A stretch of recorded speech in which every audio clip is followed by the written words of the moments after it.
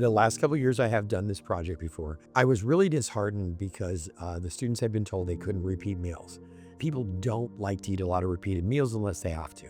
One of the groups submitted a meal plan to me that had a family eating sardines with bones twice for main entrees. Nobody is going to eat this, right? What I was trying to get them to understand was how people make decisions, how they value different things. So I kept thinking there's got to be a better way for me to get through. We did a round of Keenan grant applications, and I thought, aha. Are you guys ready to be introduced to the next piece?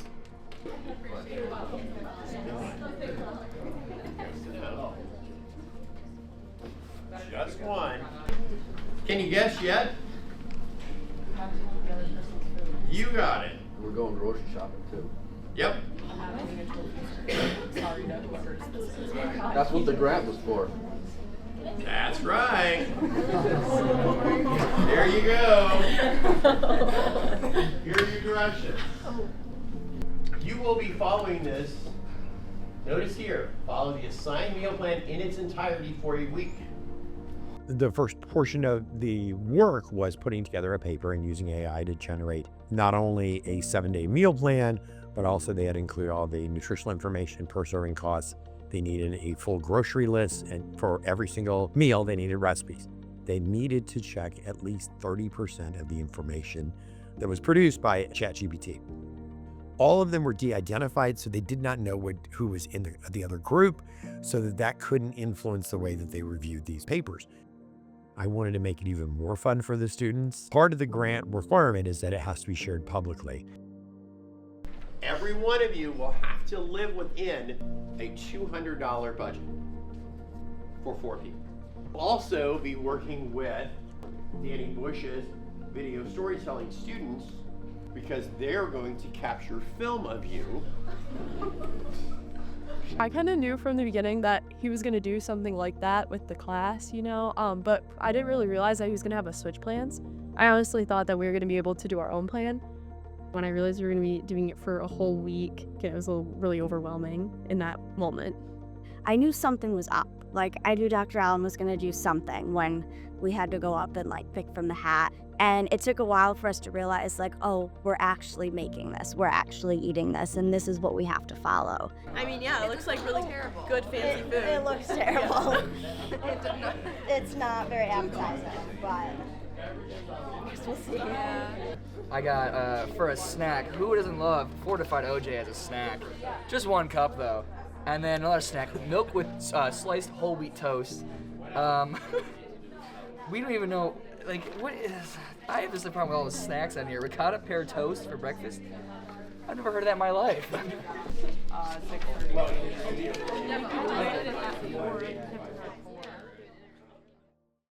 What's going on? Oh, are you recording? Yeah.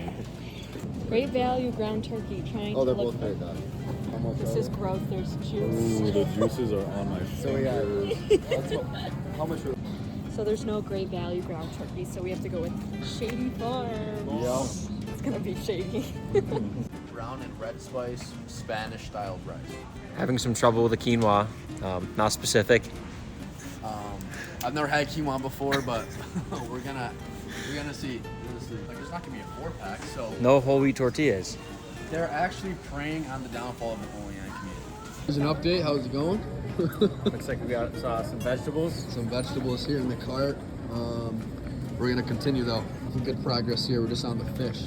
Fresh tilapia. Fresh tilapia. We need, how many bags? We need 4 pounds. This is 2 pounds. This is 2 pounds. This is the exact price that was on our list. And this is, yes. So it just was an example, a lot of the stuff is only half of what we need. As we were going through our shopping list, we realized that we don't have any bread for toast or yogurt for a yogurt bowl. So we had to go back and fix the shopping list. So they went to the grocery stores. They found out that the prices were wrong. Items were missing from the shopping list. That many of the directions were missing steps. So they had to almost guess their way around some of these recipes. We're on our last ingredient, baby carrots. We have to go find them, and we're all exhausted. I'm getting ready to call the boss man. And the boss man won't answer my text, so we're gonna call him. Let's see if he answers. So we got all of our groceries, and now we're waiting for Dr. Ellen to cash out. So this is us doing the final math of our cart. We actually may be under, so good news. Per chance, right? I'll text him. We could possibly be missing a few things. I'm going. Okay. And the other thing I learned outside of the AI bid is what it's like to be lower income and have an absolute ceiling on how much money that you can spend. If you had been using an EBT card to access your SNAP benefits and you only had $200, when you hit that $200, you're not gonna be able to pay for the rest of the groceries. Now you have a cashier and you have people behind you and she's saying, sorry, it's declined. You get to see how traumatizing this is, not just for the person using the EBT card, but any children they may have with them. All checked out. 109. 109. Not too far over. Not too bad, you know, it's pretty tough trying to split it between two people, but we're gonna try to divide this between two of us and it's gonna be fun.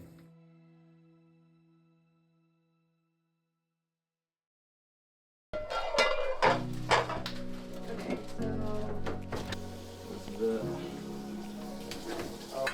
so Low fat cheese. Okay, so making night one dinner, which is salmon, and there's no teaspoons in the Shea basement, so we're using a fork to measure instead. I live off campus this year, and I cook almost every meal for myself. I had to almost reimagine how to cook, not just unlimited ingredients, but also limited cooking utensils and stuff. So I don't have a can opener, and I'm currently walking these cans of tuna over to the Hickey to see if they can open them for me. For follow-up, they just gave me a can opener that I have to return at some point. All right, we're moving on to a different meat now. We have diced chicken, whole breast, little chiropractic massage. I'm almost through.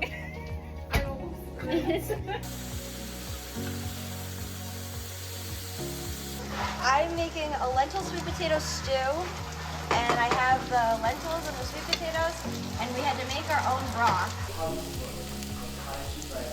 I think it's fun. I think it's fun getting together like this. Even though I hate what we're making, what we're eating, I think it's definitely a great team building exercises, and it's way better than a presentation PowerPoint. Exactly. I don't know.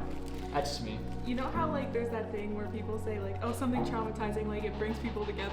I feel like we're kind of united in this experience. Okay, I'm gonna cut yours out.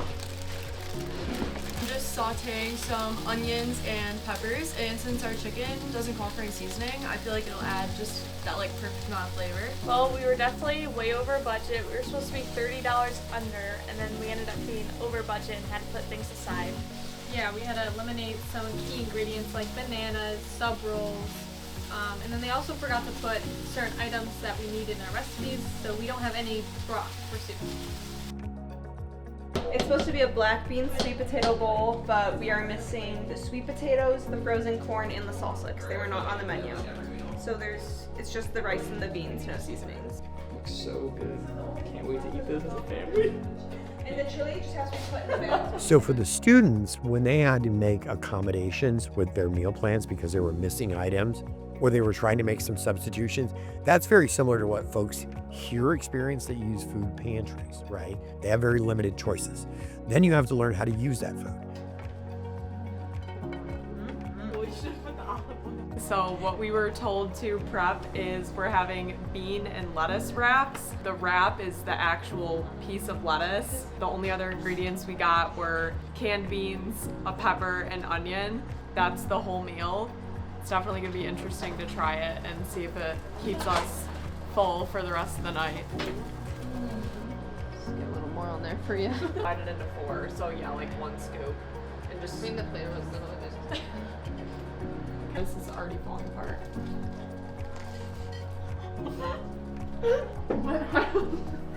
I don't think I can eat it. This is It's very bland. The peppers are good, I guess. And the lettuce, not the beans. it's just a weird combination. I'm just gonna take a bite with you guys and then leave. Yeah, that's fine. That is okay. Kayla, did you season yours? No. The chicken's actually pretty good for not having any seasoning. Yeah. Oh yeah.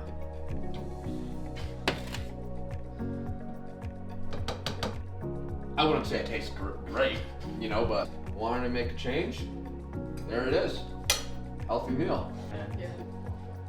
Yeah, it's gonna be a little hard. Oh. I don't know, I think it's very interesting to look at like a different perspective because I feel like, I mean, I would never have, like, I don't know about you guys, but I would never have this meal. Like if I wasn't like, I guess like planned, forced into it, I guess. All right, Sunday dinner, last meal of the project. Sheet pan chicken with our rice and vegetables. Not a bad last dinner at all. Definitely not the worst thing we've had. I also understand what Dr. Allen was trying to get us to recognize. $200 isn't a lot to begin with, but if people had less than $200 to spend, I can see like why there's such a big issue with their overall health, because you can't buy the necessary food to like have a healthy diet. And that's when people start relying on cheaper options that may be less healthy. I agree. I thought $200 would go a lot farther in my mind, but really it was like super tight because produce is expensive, protein is expensive. It would be really difficult to do that every week. It was really eye-opening to me. I am an international student. We do have a misconception about the United States that pretty much people don't go hungry here because this is the United States. Knowing that food insecurity, it's very common around here and in other areas as well, it's a little kind of eye-opening, you know. Everyone here is working in the medical field. That's why we're taking this class. Nutrition all plays a part into the health field, and it isn't always just an injury or an illness that's you can see visually. It's what you intake as well. Like, this doesn't seem right. Also, only 6 ounces of chicken is not enough protein. You have to be able to put yourself and like the person you're helping in their shoes, because it has to be practical, and this is like their everyday life. I'm allowed half a cup of the oats. Put those in. When we were making these meal plans, everyone had to choose a different like health condition that they were making a meal plan for. For example, meal plans for someone with chronic kidney disease. So from a privileged standpoint, I could sit here and be like, oh, the food was inedible or unappetizing, I didn't actually want to eat it. But it does make you understand more of how difficult it is to make those big lifestyle changes and why a lot of people just don't in the real world. It's really good. I'm really happy. I wish there was some more seasonings and there was more portions because I'm really hungry. Doing this recipe for a family to follow, I need to think if I would follow. Because a lot of people just put random things in there and hope that someone would follow because it's the healthiest option. The whole point is like you can't just recommend a diet like that for someone because it's not realistic at all. Yeah, it was hard to follow for sure. Yeah. I think the students absolutely understood the project after completing it. AI is getting used more in healthcare. They still have to have the knowledge base, however, to validate this information. They're gonna use it. At least we should be using it the right way. AI is fallible, and they got to learn this. You need somebody who can validate the information, make sure that it's palatable, that it makes sense for people if they're gonna actually eat this, that you could look at a recipe and say, I wouldn't eat this, and figure something else out. They weren't allowed to pick their own groups. So it was really the luck of the draw. Initially, of course, there was some friction when it came to shopping and your schedule doesn't match my. Once they got to the store together, things were fine. They worked together as a team, and then when they were forced to eat together, they actually found it to be a really good experience. And I do see them talking now differently because they all have this common bond now, even if they weren't in the same groups, because they're comparing notes about their own experiences. With this project, it did like make everyone like become closer, and like making it all together and like eating it, it was like a family kind of. Yeah, like sitting at the dinner table and like getting to cook it all together. It was really funny to see like how as the week went on, people got more comfortable like sharing their true, honest thoughts about like what we were eating. We had a lot of like spitting into trash cans and just gagging, but it was a good time. I really, really enjoyed eating together. That was really, really nice, I guess, eating together as a family. I thought it was fun, like a family time, like you guys said. Like, okay, like everybody time to eat around the dinner table. Like, this wasn't easy for anybody. So it was like, it felt good knowing like it wasn't just one of us. Like we were all kind of going through the same thing together. It was kind of cool to get to know all of them. It did make it a lot easier to be doing that as a group instead of just on your own. I definitely got closer with everybody. We definitely had some funny moments, and like bonding over the food was really good too. And like I like looked forward to getting with my group and making the meals together.